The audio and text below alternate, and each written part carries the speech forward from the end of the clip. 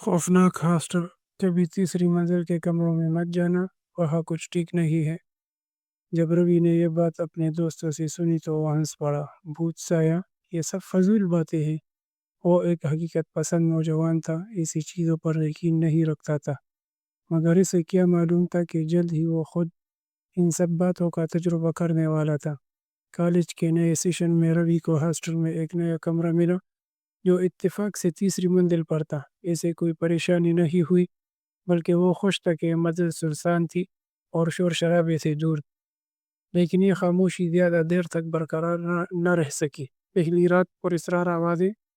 آدھی رات کو روی کی آنکھیں کھلی تو اسے کسی بچے کے رونے کی ہلکی سی آواز سنائی دی۔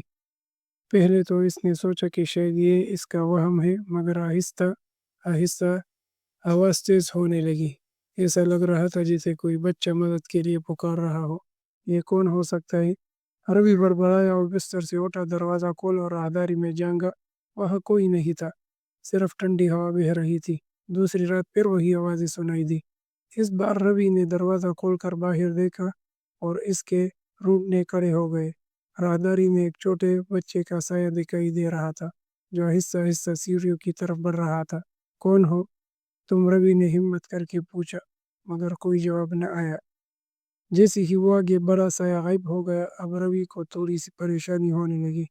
اگلے دن ان نے ہاسٹل کے گارڈ سے اس بارے میں پوچھا۔ گارڈ کا چہرہ فک ہو گیا اور وہ آہستہ سے بولا، کچھ سال پہلے ایک بچہ کھیلتے ہوئے ہاسٹل کی کھڑکی سے گر کر مر گیا تھا۔ تب سے جو بھی تیسری منزل پر آتا ہے اسے وہی نظر آتے ہیں۔ تیسری رات، بھیانک خواب۔ روی نے اس باتوں کو وہم سمجھ کر نظر انداز کیا، مگر تیسری رات وہ ایک خوفناک خواب سے جاگ گیا۔ خواب میں وہی بچہ اس کے بستر کے پاس کھڑا تھا، اس کی آنکھوں سے خون بہہ رہا تھا اور وہ کہہ رہا تھا، مجھے اپنے ساتھ لے چلو۔ روی چیخ مار کر جاگ گیا۔ اس کا سانس پھولا ہوا تھا، ماتھے پہ پسینہ تھا، اور سب سے خوفناک بات، اس کے بازو پر ناخنوں کے گہرے نشان تھے، جیسے کسی نے زور سے اسے پکڑا ہو۔ آخری رات، ہولناک انکشاف۔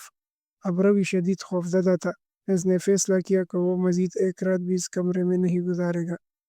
اس نے جلد سے اپنا سامان باندھ اور باہر جانے لگا، مگر جیسے ہی وہ دروازہ کھولنے لگا، دروازہ خود بخود بند ہو گیا۔